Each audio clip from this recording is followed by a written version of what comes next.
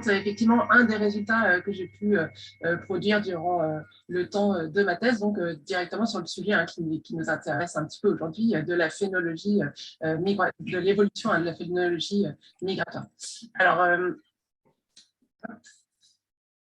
est-ce que... Ouais, voilà. Donc, du coup, en introduction de cette présentation, je voudrais rappeler que les espèces amphihalines sont présentes à travers le monde. On en dénombre 225 espèces, ce qui représente environ 0,7% des espèces connues de poissons dans le monde. Et ces espèces, évidemment, comme vous le savez, vivent alternativement en eau douce et en eau salée pour accomplir leur cycle biologique, accomplissant pour cela des migrations plus ou moins longues, pouvant pour certaines espèces atteindre ou dépasser même les 10 000 km. Alors en France, on compte 11 espèces qui sont présentes sur notre territoire, dont 8 sont dites potamotoques, c'est-à-dire qu'elles se reproduisent en rivière et grandissent en mer. On pense évidemment au saumon atlantique, dont on a déjà parlé ce matin. On peut également évoquer le cas de la lamproie marine, la lamproie fluviatile, et penser également aux espèces d'aloses présentes sur le territoire, notamment la grande alose et l'alosinte. Et 3 sont dites thalassotoques et réalisent donc le cycle de vie inverse. La plus emblématique, bien évidemment, est l'anguille européenne, mais on peut également penser aux mulets porcs et aux flets. À ce stade, on peut déjà se poser une question, c'est finalement pourquoi migrer? Ça peut paraître un petit peu bête comme question, mais on peut dire que de façon générale, il devient intéressant de migrer lorsque le gain de fitness, en fait, c'est-à-dire le gain de survie jusqu'à la reproduction multiplié par la fécondité et le succès reproducteur. Donc, lorsque ce gain de fitness, moins les coûts qui sont liés à la migration, sont supérieurs finalement à la fitness à utiliser un seul habitat. Donc, il s'agit finalement un peu d'un bilan coût-bénéfice entre les avantages et les inconvénients à migrer. Alors, les coûts de migration peuvent être de plusieurs natures et comprennent notamment les mécanismes énergétiques et physiologiques de l'osmorégulation, les besoins énergétiques de la nage, l'augmentation de l'exposition aux prédateurs, au prélèvement par l'homme également, voire aux maladies. S'ajoute à cela, évidemment, le risque finalement de ne pas trouver la disponibilité en nourriture dans le nouvel environnement. C'est ce qu'un peu Aurore disait tout à l'heure dans le forum d'échange. De l'autre côté, la migration apporte un avantage puisqu'elle permet une meilleure croissance comparée à celle que les individus auraient eue s'ils étaient restés dans leur environnement d'origine. Alors évidemment, afin de limiter au maximum les aspects négatifs de la migration, le moment en fait, de la migration est vraiment crucial. En effet, il détermine le degré de chevauchement spatio-temporel avec d'autres espèces, c'est-à-dire les relations proie-prédateur, ainsi que les conditions environnementales rencontrées.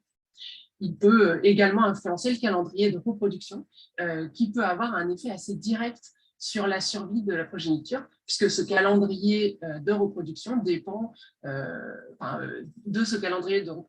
dépend celui de l'éclosion. Or, il est primordial que l'éclosion corresponde finalement à une bonne disponibilité en proie, pour assurer évidemment la survie de la progéniture. Donc, c'est ce qui est illustré ici par le graphique que j'ai tiré de Durand et co-auteur en 2007, où on voit en fait le pic ici de ponte. On voit le pic ici des ressources donc, pour nourrir la progéniture et qui correspond ici très très bien avec finalement le pic d'éclosion. Alors, l'idée, effectivement, c'est d'essayer de ne pas se retrouver dans le schéma, dans l'autre schéma, c'est-à-dire qu'ici, on a donc le pic de ponte, on a en fait un pic ici d'abondance de nourriture qui intervient bien avant le pic d'éclosion. Et donc, finalement, quand les oisillons sont nés, globalement, il n'y a plus beaucoup de nourriture disponible et donc une survie vraiment moindre de cette progéniture. Donc là, c'est un exemple sur les oiseaux, mais c'est pour illustrer un petit peu le concept. Donc, on voit que ici toute l'importance qu'il faut accorder à ces questions de timing de migration et au lien qu'il peut y avoir entre date de migration, date de reproduction, d'éclosion et finalement le succès de cette reproduction. Alors, il est par ailleurs intéressant de noter que plusieurs auteurs ont émis l'hypothèse que les espèces à temps d'incubation court, alors chez les poissons, on peut par exemple citer les aloses, pour ces espèces-là, les géniteurs ont la possibilité d'ajuster leur calendrier de reproduction en fonction des conditions environnementales rencontrées, afin d'optimiser à la fois leur propre survie, hein, mais également celle de leur progéniture. À l'inverse, pour des espèces ayant des temps d'incubation plus longs, comme par exemple le saumon atlantique, le moment de la reproduction serait plutôt basé sur des fenêtres moyennes favorables avec un calendrier de reproduction du coup moins variable. Voilà, ça c'est une hypothèse qu'on peut retrouver dans la littérature. Alors, ça nous amène justement à parler un petit peu des facteurs qui sont susceptibles d'influencer ces migrations de calendrier. Alors, on en a déjà un petit peu parlé ce matin. On peut distinguer globalement trois grands facteurs. Donc, tout d'abord, les facteurs internes aux espèces.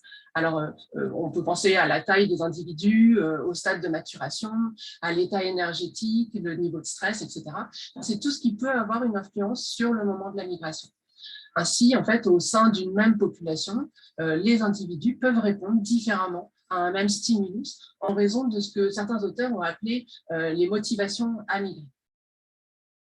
On a bien évidemment, et on en a, je crois, assez largement parlé déjà ce matin avec Laetitia, on a les facteurs environnementaux, et puis avec Elori également, qui influencent évidemment ces migrations. On peut distinguer deux types de facteurs, les facteurs biotiques, comme l'évolution de la disponibilité en nourriture qu'on mentionnait tout à l'heure, ou le comportement des congénères, et les facteurs abiotiques, comme les changements saisonniers de température, de débit, de photopériode.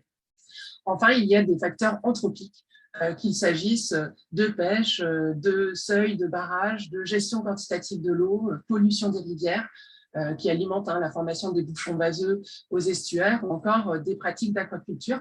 Toutes ces pratiques, en fait, l'ensemble de ces activités peuvent retarder, voire bloquer complètement les migrations, modifiant ainsi les calendriers, et cela existe dans les deux sens. Ajoutons bien évidemment à ça le fait que, bien évidemment, le changement climatique, notamment en élevant les températures de l'air et de l'eau, peuvent également avoir une influence sur ces migrations. Alors, c'est justement la question que nous nous sommes posée dans cette étude. On s'est demandé, est-ce que finalement, on observe une modification des calendriers de migration des espèces amphibiennes en France, et quels sont les paramètres explicatifs? Alors, pour répondre à cette question, nous avons mis en place un très large partenariat à travers la France avec près d'une vingtaine de structures qui ont contribué à ce projet via la mise à disposition de leurs données et de leur expertise sur le suivi des migrations des espèces amphibiennes. Alors, au cours de ce travail, j'ai identifié 10 systèmes de comptage, donc, que vous voyez représentés ici sur la carte. Alors, qu'il s'agisse de systèmes de vidéocomptage, comme illustré ici, ou de systèmes de piégeage. Donc, ces séries de données, en fait, allaient de moins d'1 an pour les stations les plus récentes à plus de 30 ans pour les stations les plus anciennes. Et ce qu'on observe, c'est que finalement, 87% de ces systèmes de comptage en France sont orientés pour le suivi de la migration de Montezuma. Alors évidemment, il a fallu faire des sélections dans ce jeu de données. Alors tout d'abord, parce qu'on souhaitait travailler sur l'évolution des calendriers, on a retenu uniquement les systèmes de comptage qui avaient au moins 10 années de données. Ensuite, compte tenu finalement de la vraiment très large majorité des systèmes qui étaient orientés pour le suivi de la migration de Montezuma, nous avons décidé en fait de ne traiter que cette migration donc, de Montezuma, d'autant plus que les systèmes qui permettaient de suivre la migration de dévalaison en fait étaient rarement exhaustifs. Donc, nous avons conservé dans nos analyses les espèces amphibiennes qui étaient observées au moins 7 années sur 10, avec des effectifs supérieurs à 20 individus par an, de façon à vraiment sélectionner les stations qui comptaient de façon régulière et voilà, en effectif suffisant, en fait, ces espèces. Alors, sur une partie de ces systèmes, on en parlait tout à l'heure avec la présentation d'Elori, sur une partie de ces systèmes de comptage, pour les salmonidés, on observait qu'on avait donc des migrations qui étaient bimodales, avec une partie des individus qui se présentaient au printemps et l'autre à l'automne. Et même si cette proportion entre arrivée printanière et automnale était variable selon les stations, de façon générale, on avait quand même des migrations printanières qui étaient prépondérantes dans notre jeu de données. Et de plus, et on l'évoquait tout à l'heure dans le forum d'échange, dans certains bassins, la migration automnale se produit après un arrêt estival dans les rivières et ça rend effectivement l'analyse des dates de migration plus complexe. Donc, on a fait ce choix de se focaliser pour les salmonidés sur les migrations printanières. Enfin, pour l'anguille européenne, nous avons décidé de distinguer deux écophases, les anguilles qui étaient de taille inférieure ou égale à 150 mm et celles qui étaient supérieures à 150 mm.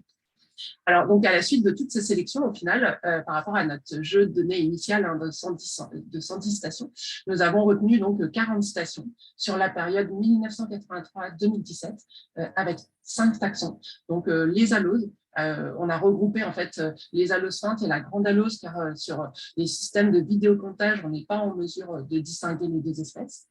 Nous avons donc l'anguille européenne, avec les deux écophases que je mentionnais tout à l'heure, la lamproie marine, le saumon atlantique et la truite de mer. Donc après ces sélections, notre jeu de données représentait encore 1 million d'enregistrements de passages de poissons.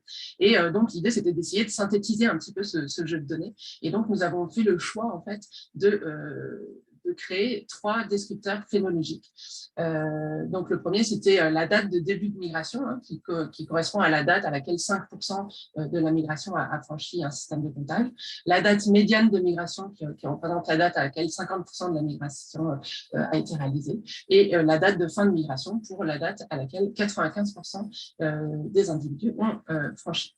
Donc l'idée, en fait, c'était une fois que, donc pour chaque station, chaque année, chaque taxon, de calculer ces 3 descripteurs phénologiques et de regarder l'évolution de ces descripteurs phénologiques au cours du temps. Donc, nous avons réalisé un modèle linéaire mixte en fait, pour chaque taxon, où nous avons mis en fait, dans la partie aléatoire du modèle le facteur station, puisque finalement, la date de migration est dépendante de la station à laquelle on réalise les observations. Donc, pour prendre en compte cet effet station, nous avons donc réalisé ce modèle mixte avec cette partie aléatoire.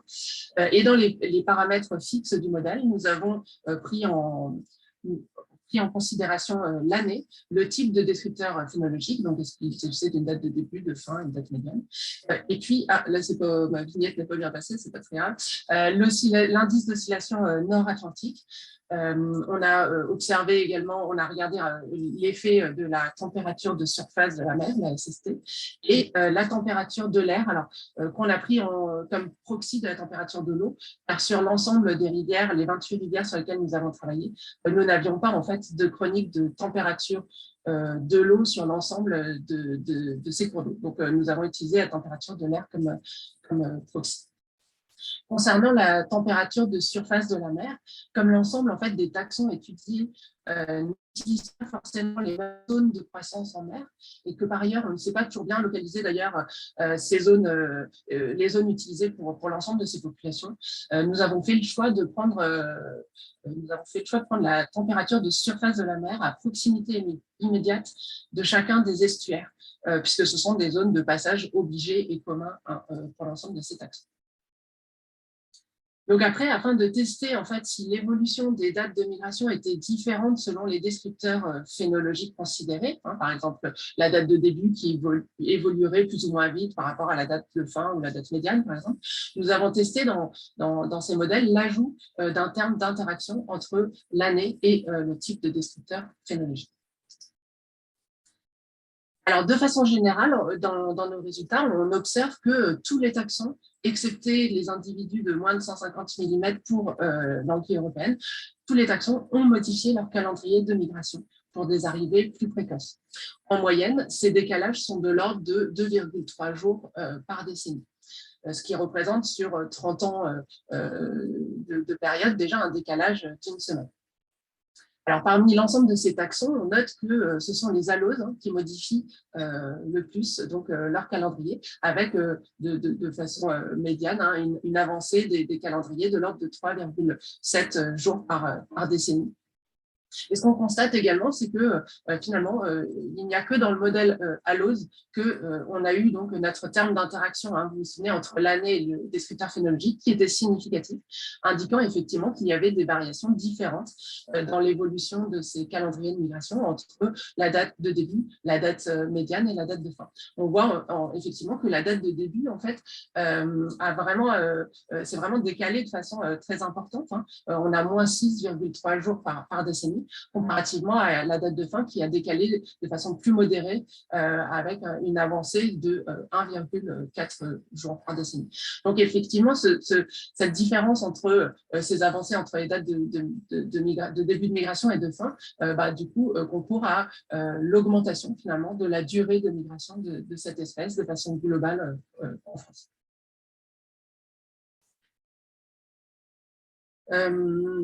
Du coup, concernant ensuite les variables explicatives qu'on a testées, on constate globalement une influence de l'ensemble de ces paramètres sur les dates de migration, avec l'indice d'oscillation nord-atlantique et la température de l'air, hein, comme proxy de la température de l'eau, qui globalement entraîne des arrivées plus précoces, tandis qu'on a la température ici de surface de la mer qui a tendance à plutôt entraîner des arrivées un peu plus tardives.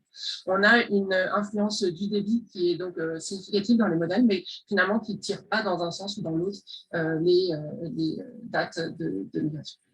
Donc, on voit qu'on a une influence des variables abiotiques hein, qui jouent à plusieurs échelles, d'une échelle vraiment large, hein, avec l'indice d'oscillation nord-atlantique, à une échelle beaucoup plus locale, hein, avec les températures de l'air et des débits. Alors, on peut se demander si les décalages dans cette étude sont cohérents avec ceux qui ont déjà été publiés par ailleurs dans la littérature scientifique. Et donc, pour répondre à cette question, j'ai réalisé une synthèse bibliographique et j'ai noté en fait les résultats obtenus. Alors, je pense que c'est extrêmement difficile hein, de faire une synthèse bibliographique qu'on peut dire complètement exhaustive, hein, et donc il est possible qu'il y ait quelques papiers qui soient passés à la trappe, mais voilà, j'ai essayé disons, parmi tout ce que j'ai pu lire, d'essayer de tout synthétiser. Et donc, j'ai essayé de le synthétiser ici sur ce graphique. Alors, le premier constat, c'est qu'on a une grande majorité vraiment d'études qui sont orientées hein, sur les salmonidés au détriment des autres espèces, hein, comme les lamproies, l'anguille notamment. Le deuxième constat, c'est que quand on regarde un peu les zones géographiques hein, d'études hein, de ces publications, globalement, on a vraiment presque un 100% qui sont orientés sur États-Unis, Canada, Alaska. Et on voit, on a seulement là ces 3 premières publications là, sur les salmonidés qui étaient réalisées en Europe. Donc voilà, on a à la fois effectivement une disproportion en termes d'espèces étudiées, mais également en termes de localisation géographique. Alors maintenant, je positionne en fait les résultats de notre étude sur ce diagramme et ce qu'on observe, c'est que globalement, les résultats qu'on a obtenus pour les saumons, les aloses et la lamproie marine se situent tout à fait dans la gamme de ce qui a pu être rapporté dans les autres études. Alors, bien que les données ayant servi aux analyses que nous avons réalisées proviennent de 28 rivières françaises, nous avons fait en fait effectivement le choix de réaliser les analyses à l'échelle globale, c'est-à-dire que nous n'avons qu'un seul résultat, on va dire, pour la France. On peut voir que donc une majorité d'études effectivement présentent également un seul point, alors soit parce qu'ils sont intéressés qu'à une seule population, soit parce qu'ils ont fait une synthèse un peu comme nous. Mais certaines études, en fait, se sont penchées sur plusieurs populations et ont vraiment, en fait, analysé à l'échelle de chaque population.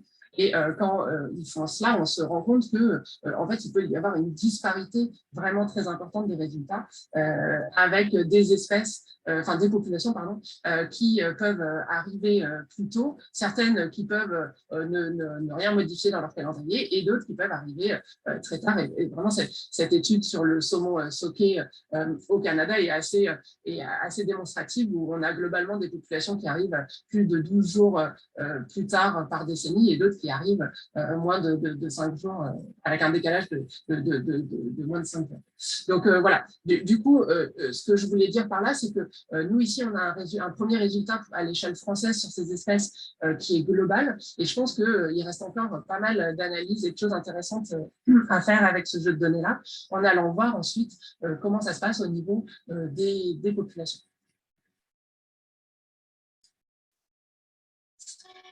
Donc, bien que nous n'ayons pas exploré évidemment tous les facteurs connus pour pouvoir influencer les dates de migration, je pense en particulier évidemment à l'amélioration de la continuité écologique, qui peut avoir un vrai effet en allégeant, voire en supprimant totalement un blocage initialement induit. Nous avons mis en évidence dans cette étude l'influence de variables abiotiques qui pouvaient jouer à plusieurs échelles, suggérant une adaptation aux modifications du climat par le biais de l'avancée des dates de migration. Donc, dans ce contexte, et afin de permettre aux espèces de s'adapter le mieux possible à ces changements, nous recommandons, comme plusieurs auteurs avant nous, de limiter au maximum les sélections artificielles volontaires ou non.